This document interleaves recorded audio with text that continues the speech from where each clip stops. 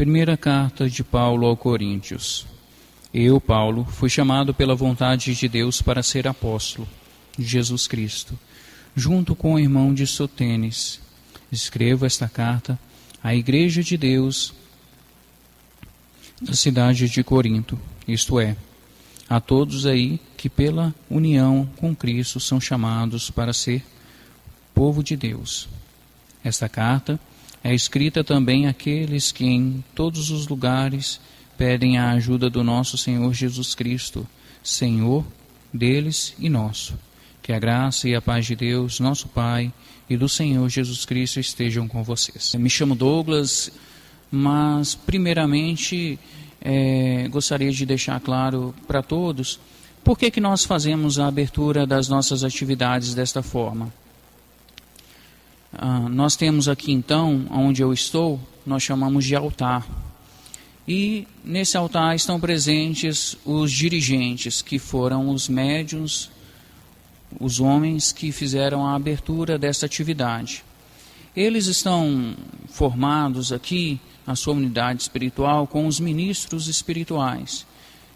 Na doutrina, o dirigente que fez o curso de Centúria para se tornar dirigente, então quer dizer, para ele ter alcançado o curso da Centúria, ele primeiro passou pelo desenvolvimento e alcançou sua primeira conquista, que é a autorização para os trabalhos mediúnicos. Logo em seguida, então, ele faz o curso de iniciação e recebe novas conquistas energéticas. Em seguida, faz o curso de elevação e recebe mais novas conquistas energéticas. E aí, então, quando ele faz o seu terceiro, que seria quarto passo, que é a Centúria, então ele recebe a consagração do curso de Centúria. Nesses cursos são disponibilizados conhecimentos sobre os mundos espirituais e, mais do que isso, são disponibilizados novos mantras de forças, novas canalizações energéticas. Em cada centro espírita, em cada ponto religioso, igreja evangélica, igreja católica, budismo, hinduísmo, em cada ponto de referência de doutrina que leva a Deus na Terra, existe um grupo de mentores que estão ali responsáveis pelos seres encarnados. O objetivo de toda a doutrina, de todo centro religioso, é conduzir nós encarnados a Deus Pai Todo-Poderoso sem as vicissitudes, sem as culturas que já estão instauradas na Terra. Mas haja visto que pela espiritualidade, alcançar esses momentos de que o filho alcance a Deus Pai Todo-Poderoso sem o fanatismo, sem a idolatria, é por muitas das vezes complexo, delicado, difícil, porque a espiritualidade espera de nós, da geração que está encarnada na Terra nesse momento, não pedidos, não súplicas, espera de nós ações, e ações para ontem. Ações direcionadas ao próximo, mas que estão direcionadas diretamente a nós.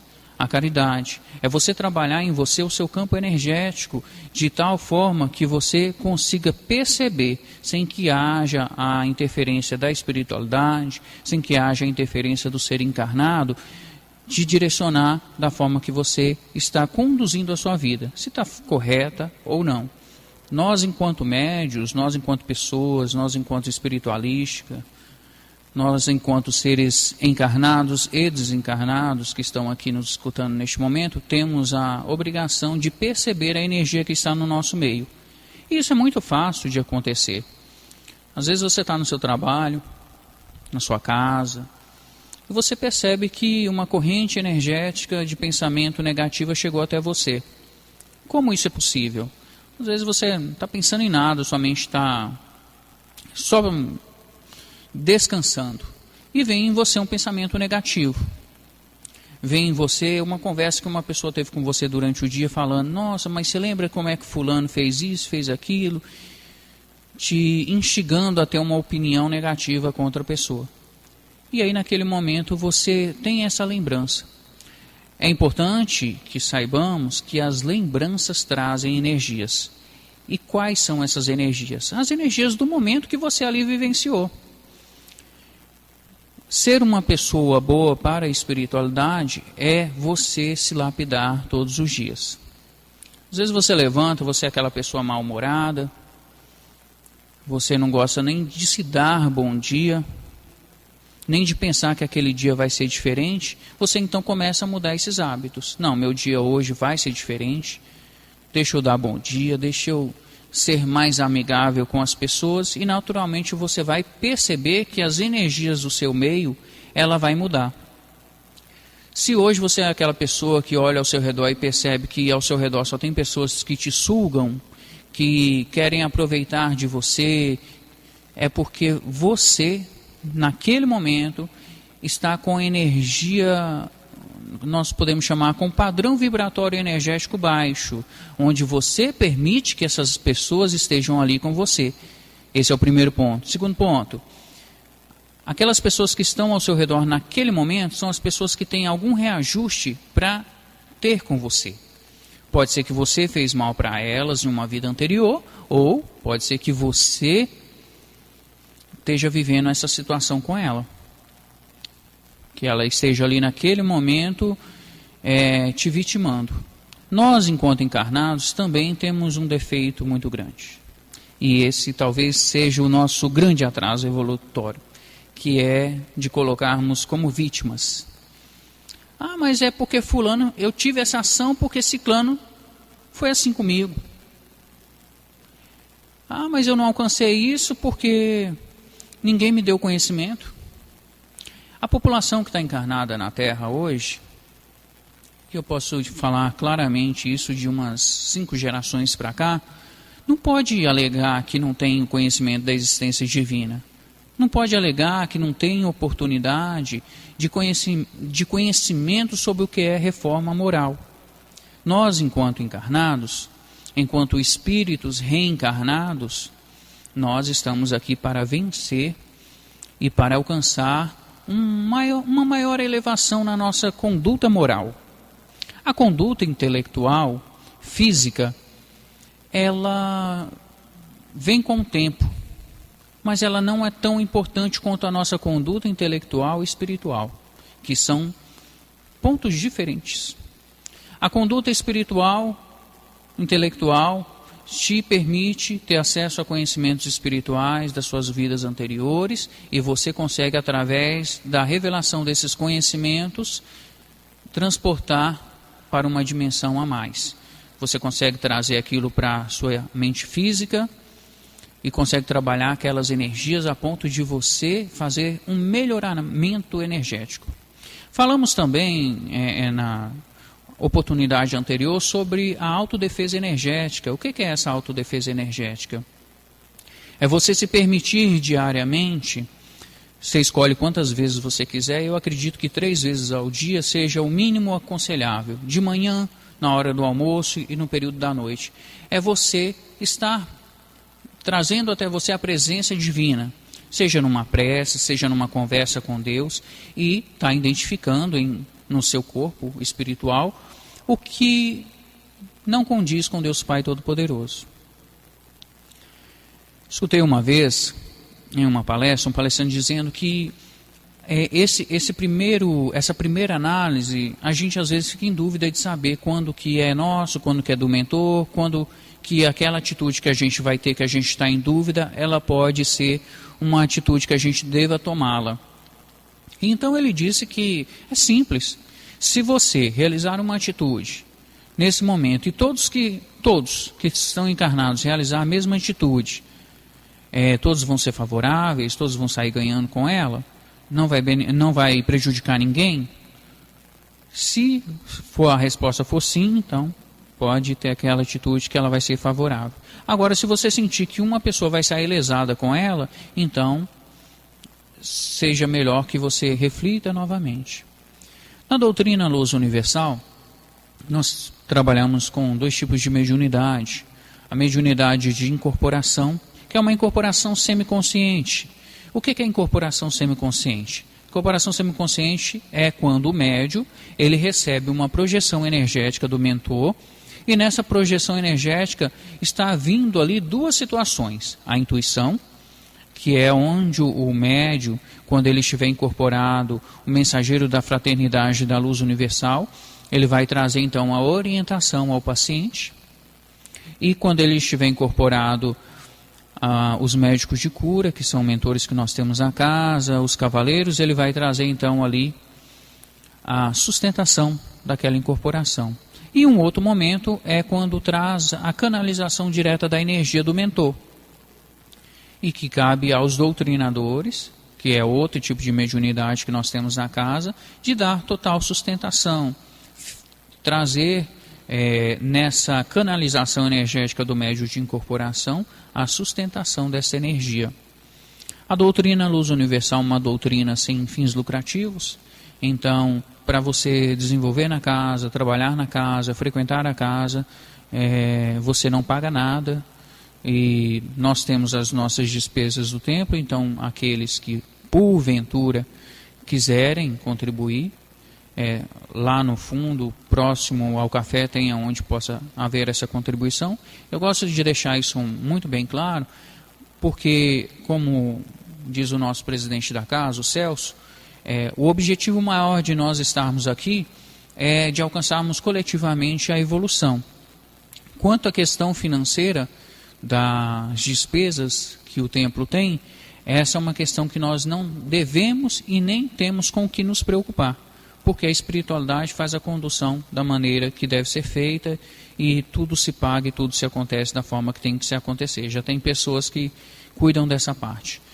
E aí, então, quando você então chega a casa, passa pelas mesas de assistência, recebe ali a orientação dos mentores, alguns são convidados a desenvolver a mediunidade. Outros são convidados intuitivamente. Às vezes está lá na casa e tem um familiar que frequenta a doutrina, e aí sabe que tem um desenvolvimento no domingo, e aí vem conhecer, vem saber como que acontece, vem saber o que é o desenvolvimento da mediunidade. O desenvolvimento da mediunidade, para nós, é um desenvolvimento contínuo. Você vai ser autorizado aos trabalhos mediúnicos da casa, e você vai poder continuar no desenvolvimento, se você quiser, auxiliando aqueles que estão chegando. Mas aí depende muito também de como é a sua vida. Às vezes você mora numa cidade distante e não tem condições de estar vindo continuamente no domingo. Haja vista que nós temos na doutrina hoje pessoas que moram em Montes Claros, Senador Mourão, Belo Horizonte, Curitiba, São Paulo, e todos se deslocam, às vezes no final de semana, para poder vir no templo, para poder estar presente no templo, contribuindo. Então eu imagino que nós que moramos aqui na cidade de Bocaiúva não temos por que colocarmos empecilhos em estarmos juntos com a espiritualidade. E aí então nós estamos aqui no desenvolvimento. A casa, ela nos permite, além de receber as orientações necessárias para conduzirmos a nossa caridade, ela também nos permite estar no meio de pessoas que foram nossos cobradores em vidas anteriores, ou que nós cobramos delas em vidas anteriores, e estamos todos nós aqui para reajustar. Então, a gente deve seguir sempre, eu costumo dizer isso, no Evangelho diz, orai e vigiai. Então a gente deve orar e vigiar. Muitas das vezes chega até nós uma conversa desnecessária, um ponto de vista desnecessário, seja na nossa vida física, lá fora, seja aqui dentro, e que nós temos que, antes de tomar uma ação, antes de tomar ação até de pensamento, a gente deve primeiro receber aquilo como se fosse um filho, né? Que você recebe no colo. Receber no colo e, peraí, deixa eu pensar, isso aqui é uma coisa boa? Bom, se é uma coisa boa, eu vou propagar ela. Agora, se uma pessoa se direciona até você falando assim, olha, tal dia teve uma pessoa aqui que falou isso de você, o que você tem que fazer? Olha, fulano, eu agradeço que você está me falando, mas vamos pensar pelo princípio da bondade. Essa pessoa talvez não teve uma atitude porque não tinha um conhecimento, então você vai trabalhar tanto a pessoa e você mesmo para transformar aquele que era um intuito negativo em um pensamento positivo. Não, vamos pensar diferente, vamos fazer diferente. O que a gente pode fazer para ajudar? A única energia que nós temos em nós, que é nossa propriamente, mas que não é nossa, que é emprestada, mas está ali enquanto a gente está encarnado, é o princípio vital, é a energia vital. E nós recebemos constantemente, enquanto nós estamos nos nossos trabalhos mediúnicos e nos nossos processos de caridade, nós recebemos aqui no templo a energia evangélica, que é a energia que nós utilizamos aqui para um diálogo com o espírito inferior, para que ele entenda que ele precisa partir para a luz. Então esse é um processo que está totalmente ligado ao doutrinador. A energia crística, que traz a energia desobsessiva, que então médio de incorporação, quando chega o espírito inferior, ele tem aquele primeiro acolhimento ao espírito, de mostrar para ele que ele está em um local que ele vai ser ajudado, que ele vai ser beneficiado. E temos então a energia iniciática, que é a energia que vem e desintegra do espírito toda a sua densidade negativa. Então dá ao espírito ali a oportunidade de alcançar o seu processo de evolução. E aí dentro dessas energias, como eu falei lá atrás, nós temos então as consagrações, que a cada consagração, cada novo curso que você vai alcançando, você recebe novas energias. E por que nós recebemos novas energias? Porque você imagina que é como se você estivesse na escola. O que você estuda, hoje é do 1º ao 5º ano, né? Na minha época era da 1ª à 4ª, mas mudou muita coisa, né? Então hoje é do 1º ao 4º ano, do 5º ano. Então, é como se aquele conhecimento para você já estivesse velho, já estivesse decorativo. E é como se os espíritos nas camadas inferiores já tivessem decodificado essa energia sua. Então a espiritualidade vem, traz um novo conjunto energético para você, traz novas energias, novos conhecimentos. Essas energias, elas só são utilizadas quando você está trabalhando no templo. Quando você está ou em casa, realizando as suas preces, realizando as suas mentalizações. E ali então, em uma conexão com o seu mentor, e ela só pode ser utilizada na conexão com o seu mentor, ela é então direcionada até onde a espiritualidade entende que é. Às vezes você teve uma atitude errônea, uma atitude totalmente errada, com o seu irmão numa vida anterior. E você vem então, na condição desta vida, de libertar daquele vício, daquele erro. Compreendo que quando nós estamos a favor da caridade, a favor do próximo, e aqui no templo nós libertamos diversos espíritos, irmãos, que muitas das vezes, eu posso colocar aqui em 90% dos casos, nós não temos conhecimento de onde que ele veio, quando ele era encarnado, onde ele estava, quando ele foi para a camada inferior, em que densidade que ele estava. Nós não temos esse conhecimento. Nós só sabemos que é um filho de Deus que precisa de ajuda e ele vai estar ali recebendo a sua ajuda. E pode ser que às vezes ele esteja recebendo a sua ajuda na estrela, recebendo a sua ajuda na mesa de assistência, e não tenha só um com ele, tenha vários com ele. E aí, o doutrinador, através do seu amor na doutrina, dá para ele a paz, o acalento, e o médio de incorporação, por ser uma incorporação semiconsciente, então, o médio está aqui, mas é como se o espírito estivesse lá no Japão, mas há uma conexão mental e emocional com esse espírito. Então, tudo que é falado aqui, toda a energia que é trabalhada aqui, chega lá nele. Porque se ele estivesse aqui, o desequilíbrio mental do médium seria muito grande. Então, não haveria essa oportunidade de doutrinação, de condução às camadas superiores. E então é doutrinado o espírito, e esse espírito é conduzido a Deus. A gente tem que se atentar que nós precisamos, urgentemente, vencermos esse mundo de expiação, vencermos os nossos defeitos, os nossos erros, libertarmos todo o espírito que tiver ao nosso alcance de libertar, porque a Terra já está vivendo um período de transmutação. Então, tem espíritos que estão nas camadas inferiores, que é como se tivesse vários mentores fazendo um checklist nas dimensões. E aí chega em determinada dimensão, vê aquele espírito que não tem condições nenhuma de alcançar mais o processo de expiação, de encarnar na Terra, de evoluir através do débito kármico, da libertação do débito kármico. Então esses espíritos estão sendo transmutados para um planeta chamado Quirion, que vai lá acontecer todo o processo que aconteceu com a Terra, lá vai acontecer também. Então, ou seja, quando fala lá no Evangelho, a separação do joio do trigo, essa separação ela já está acontecendo. Hoje, há 20 anos atrás, a quantidade de espíritos desencarnados nas camadas inferiores eram de 3 a 4 bilhões. Hoje é de 8 bilhões. Isso é um dado que foi pela espiritualidade desde 2016. Nós estamos em 2018. Então nós estamos caminhando para 9 bilhões. Só que existe um limite. E esse limite já foi alcançado. Então já está havendo essa transmutação. E olha, eu posso falar com toda certeza para vocês. Se nós não conseguirmos alcançar a libertação dos nossos débitos kármicos no planeta Terra e formos transmutados para outro planeta, como já está acontecendo com alguns espíritos, vai ser muito difícil alcançarmos a evolução. Mas, como diz Deus Pai Todo-Poderoso, toda a sua essência divina, que somos nós, vamos alcançar um dia. Então, que leve 20 bilhões de anos, 30 bilhões de anos, nós vamos alcançar. É importante a gente lembrar que a Terra tem mais de 20 bilhões de anos. Então, vamos dizer que agora ela tenha 20 bilhões de anos. Nós não alcançamos ainda.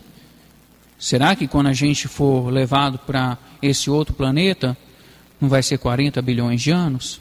Existe uma data limite, que a Terra vai entrar já num processo de evolução, de transmutação, de regeneração.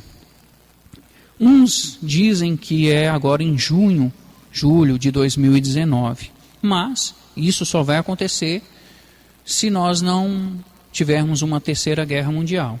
Caso aconteça essa terceira guerra mundial, nós vamos estar bem estagnados. E se acontecer essa terceira guerra mundial, a espiritualidade fala que ela vai acontecer na parte norte de todo o planeta. Com isso, o Brasil, a América do Sul, ela vai receber muitos desses encarnados que estão nessas outras dimensões, nessas outros continentes, nessas outras cidades, países, vão chegar aqui e não vai ser muito agradável não. Por que não vai ser muito agradável? Porque eles vão chegar, vão trazer conhecimento para nós, vai ser muito importante? Vai. Mas nós vamos ser como se fosse um escravo deles, viu?